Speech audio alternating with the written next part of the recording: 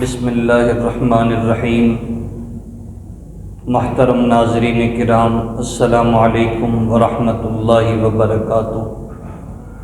امید ہے کہ آپ خیر و عافیت سے ہوں گے اور دعا ہے کہ اللہ تعالیٰ آپ تمام کو خیر و عافیت سے رکھے۔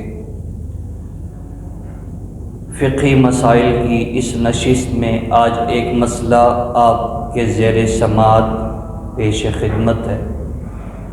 وہ دینی مسئلہ اور فقہی مسئلہ یہ ہے کہ اگر کوئی مرد اپنی بیوی سے ہم بستری کے وقت میں، اپنی بیوی سے ملنے کے وقت میں ذہن میں، دماغ میں کسی اور عورت کا تصور کرے، یا اسی طرح کوئی عورت ہم بستری کے وقت میں اپنے مرد سے ملتے وقت کسی اور مرد کا تصور کرے اور اس سے یہ لطف اندوز ہوں، تو کیا شریعت میں اس کی اجازت ہے یا نہیں ہے؟ یاد رکھیں، ہمارا دین اسلام جو کہ ایک کامل اور مکمل دین ہے، دین کا کوئی حصہ،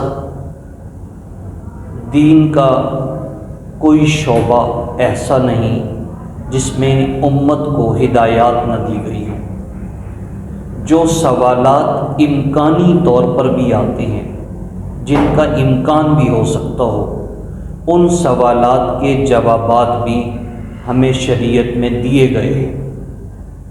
تو اولاً یہ بات ذہن نشین کر لیں، یہ مسئلہ عموماً ایسا ہے کہ عام طور پر مسلمان اپنے امام مسجد سے، کسی مفتی صاحب سے، کسی امام صاحب سے، کسی مولوی صاحب سے پوچھنے سے شرم محسوس کرتے ہیں، اور ایک ہوتا ہے پوچھ لینا اور ایک ہے چھپا کے رکھنا اور ساری زندگی وہ غلطی کرتے رہنا۔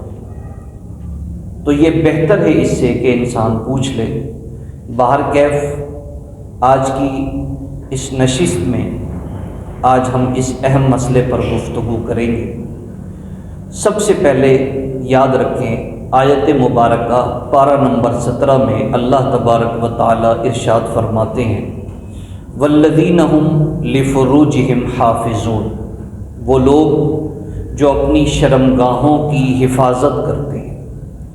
یہاں پہ شرمگاہوں کی حفاظت کرنے والے وہ لوگ ہیں جو کہ ایمان والے ہیں، اور یہ ایمان والوں کی صفت بیان فرمائی کہ کامل ایمان والا وہ ہے جو اپنی شرمگاہوں کی حفاظت کرتا ہو۔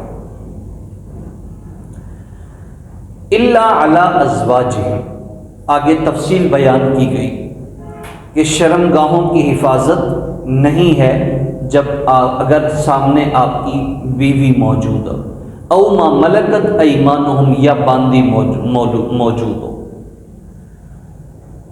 تو اس موقع پر اللہ رب العزت نے مرد کے لیے عورت کو جائز قرار دیا، جو کہ نکاح کی صورت میں ہو یا باندی کی صورت میں ہو، لونڈی کی صورت میں ہو۔ اب چونکہ وہ غلام والا سسٹم ختم ہو گیا ہے، اب صرف ایک ہی چیز باقی رہ گئی کہ صرف اپنی عورت سے لطف اندوز ہونا۔ اگر کوئی مرد اس طرح کا تصور کرتے ہوئے ڈسچارج ہو جاتا ہے تو ظاہری طور پر اس کو سنسار تو نہیں کیا جائے گا، ظاہری طور پر اسے زنا تصور تو نہیں کیا جائے گا، لیکن کچھ شائبہ اس میں غلط کا بھی ہے، اور شریعت میں ایسا کرنا ناجائز اور حرام ہے۔ یاد رکھیں، حدیث پاک میں آتا ہے کہ آنکھوں کا زنا بد نظری ہے، زبان کا نزاع فحش گوئی ہے، زبان کا زنا فحش گوئی ہے، اور قدموں کا زنا غلط چلنا ہے، ہاتھوں کا زنا غلط چیزوں کا پکڑنا ہے۔ تو اسی طرح ذہن کا زنا، دماغ کا زنا، یہ غلط سوچنا ہے۔ شریعت میں اس کی اجازت نہیں دی گئی۔ کوئی مرد اپنی عورت سے ملتے وقت کسی اور عورت کا تصور نہ کرے، ایسا اگر کوئی کرتا ہے تو گناہ ہے۔ اسی طرح اگر کوئی عورت کسی مرد اپنے مرد کو چھوڑ کر کسی اور مرد کا تصور اپنے ذہن میں لاتی ہے تو یہ بھی گناہ ہے اور گناہ کبیرہ ہے۔